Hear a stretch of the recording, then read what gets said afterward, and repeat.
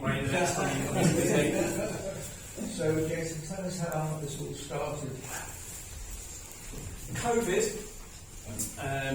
I've just finished writing a comedy script as part of the BBC Connected competition, so I was kind of in that frame of mind of writing some comedy, and I just had this idea pop in my head about a group of UFO hunters in Cornwall, and I already had in mind, before anything was written down on paper, who I wanted to be in it.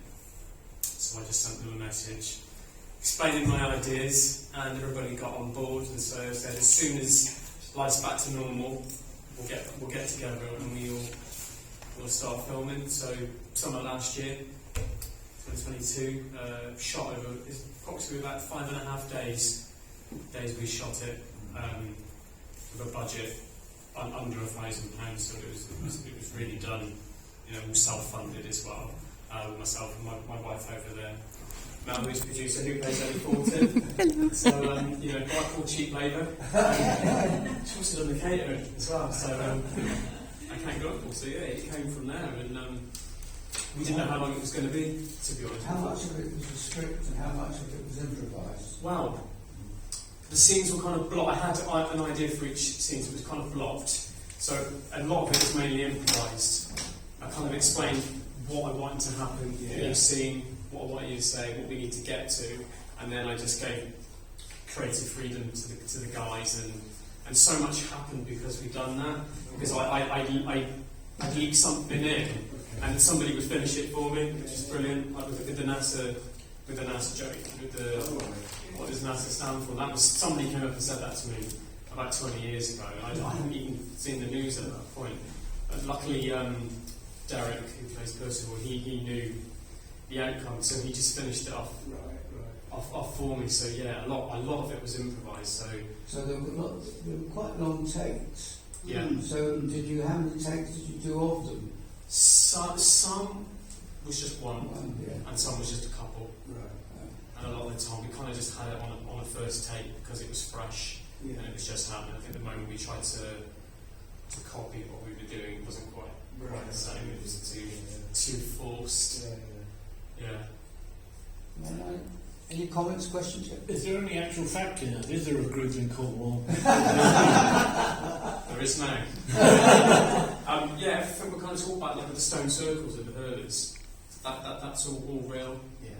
There was somebody who asked me, when we had the big rock formation behind us, right, and I'm pointing out with the little hole that was called Chichester Coy, and someone asked, did you green screen that and add that in? Because it looked too kind of bulbous. It's like, no, that actually exists. Everything that you can go and visit it. It's all. The only bit we did make up was the portal.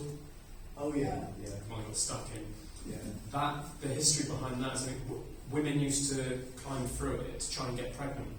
Oh. I don't quite understand the science behind that, but sort of old Cornish wise sort of terms. But the Druids' plan. Yes, I was going to ask. Yeah. We were going up to the same circles to film, and when we arrived, the Druids were showing up, and it was summer solstice, so that was bad planning on my part.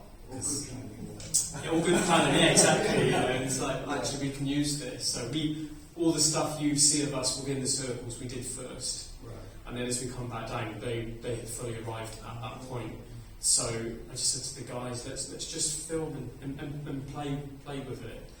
And I did get in touch with them after as well to explain that I was making a documentary about that subcultures down in Cornwall. You happened to be featured in the background, and I sent them some of the 4K footage as well of their procession that they can use on their website. But yeah, it just came together. It was so funny. Is the guy playing David truly disabled? Yes, he is. Yeah. Sorry, what was the question? Is the guy playing disabled? Yeah. Really disabled. Right. They're all professional actors. I was going to ask, how many of them are professional actors? I guess all four of us could say are professional actors. We've been paid to act in the past, but as we call it, we're just kind of blagging it. And now they took it. Paul Henshaw, who played David, the guy in the chair, he was in Holby City for 3 years. I can't remember the name of his character now. And Derek as well. He was. Sorry. That's all right. So just start from space then. You catch it. It's all right. Derek Freed played Bristol. He played Captain Gregg in Poldark. I had a little part in Poldark as well. That's how I met Derek and how I met Stephen as well. So we kind of just met on various other projects. But yeah, we are all actors. So trying to be as actors. So, I thought they were great characters, all very different. Thank you. Yeah. It was nice. It gave the guys creative freedom. I told them what I wanted them to be. It's like Goran. I wanted him to play. Do you remember Neil from The Young Ones? Yes. Like Neil crossed with like a sci-fi geek. Right. Yeah. So I just kind of gave them little hints as to the characters, and I just kind of let them just play. It just happened. We just got together. And we just we had the village hall book for the one day. And the scene with the Pilates ladies, that actually happened as well. So we were in the middle of a scene, and the door flung open, this angry lady came in, about to take a Pilates class. And she came in to see us four sat there, and all the computers set up, and a little green alien on the stage. So we had to step outside in the rain for an hour. So I thought, well, let's just use this as an opportunity, and it's comedy, and life is comedy, isn't it? So that's where the real comedy. Have you shown it in Cornwall? Have you shown it to your audience in Cornwall? I don't think it actually has yet. So this is the first screen? This is the first screen of the feature. Yeah, we had a 30-minute version that was shown at MCM Comic Con at Birmingham NEC last year, and me and Steve, who played Goran, we went to the event in character, just sort of walking around promoting it. But I don't think people didn't understand the parody at first because they hadn't seen the film. So they genuinely thought we were some comics who were Will people be able to see the film? It's something. What we're hoping, because it's on the festival sort of circuit at the moment, is I'm just sort of testing the water, seeing what kind of reaction it gets. So fingers crossed at some point, maybe after this year, I'm going to try and sort of approach some kind of distribution. And just see where it goes, even if we end up, getting it onto Amazon Prime or something, just to get it out there and get it in an audience. Because a lot of people said they'd quite like to see it kind of shortened down as like smaller episodes, like a TV show. Yeah. And I'd be so up for that because I so. said they expect what they call the ones. Detectives. Yeah. I imagine something. I had seen that show, which was really enjoyed as well. I'm quite a fan of like sort of old school comedy, like late night, 15-minute slots or something. Yeah, I think it would work. I think there's a lot we can do with the characters. Post-watershed, probably because of the language, but that would be ideal. Yeah, but there's definitely a lot we can do. It's more like it's almost like an introduction to the characters, and then what else I wanted to do? I wanted to start off with when you first see these guys, you're just like, what the hell am I watching? These guys are idiots, and then sort of halfway through, you're kind of like, okay, I'm starting to like these guys. They're kind of funny, they're kind of stupid, and by the end, you kind of start feeling for them, and you actually see that there is some heart there. And these are, I think all of them have got issues, but they've kind of found each other, haven't they? They found their thing. Like all humans, we need that one thing to be a part of and have a little group. So I think you kind of start to like them at the end and feel a bit sorry for them. He's the more kind of serious one, I think. But bless him, he had to walk around with a green beret. And the driver is, in fact, Mel's father. He was great. He was great. He stayed the character the whole time. One of the druids came up to ask him what was going on, what are you guys doing, and he just didn't say a word. He just lifted his badge up, and that was it. So he went full for his. But yeah, it was a lot of fun. You didn't really nick the NASA for a sequel.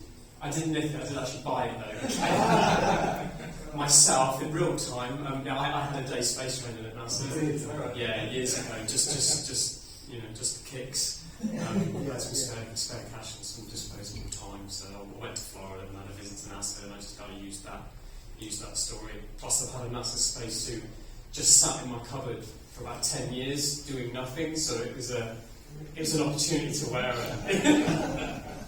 Do you have a kind of general space interest anyway? Or? Yeah, I do. Definitely for aliens as well. Oh, okay. I watch all the ancient, all the ancient alien TV shows, Yeah, like yeah. History Channel and stuff. Yeah. And like most of the time, I sit there laughing. As much as I believe wholeheartedly that there are life on other planets, Right. 100%, absolutely. But like the character, it's unless I see something, somebody telling me they've seen a light fly past in the sky, that's not enough for me. Because there's usually a reason, there's usually an explanation, isn't there? And even more so now, there's drones and everything going on until I physically see something like Independence Day style. And it's not real to me. But I do have an interest. There's been a resurgence, at least in the States recently. Yeah, there has. With a lot of What activity around. What is that organisation? Was it called Area? Oh yeah, Area 51. Yeah. What is that? That presumably exists. Area 51 is the area in Nevada Yes. where they supposedly had the alien crash in Right, 1947, and it was the big cover-up. Yeah. What do you guys think? I loved your reference to The Flight of the Navigator because it's one of my all-time favourite films. Well, when we had the casting crew screening last year, we actually got Jerry Kramer, who plays David Freeman, the little boy from the film. He recorded an introduction for us. But the character... But you used his name then? Yeah, David Freeman was the name of Paul's character in the chair. Obviously, David was sat in the chair, the majority of the flying the spaceship around. I love that film, it's brilliant. It's amazing, isn't it? But there's lots of hidden little Easter eggs the whole way through. Even Ellie Thornton's initials are E.T. Barry, the one everyone hates, Barry Guider, he's the name of the actor that plays the little boy in Close Encounters of the Third Kind.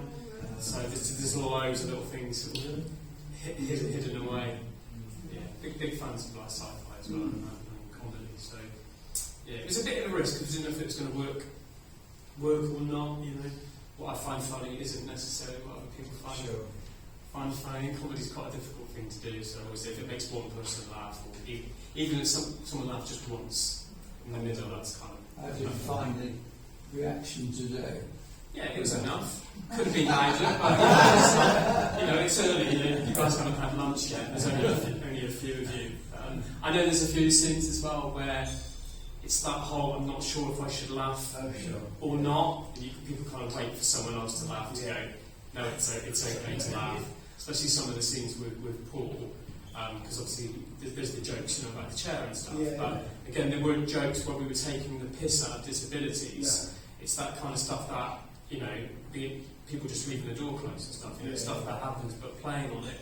But we did sit down and we had a meeting with Paul as to how far can we go? What would you like to do? And a lot of the stuff that happened was Paul.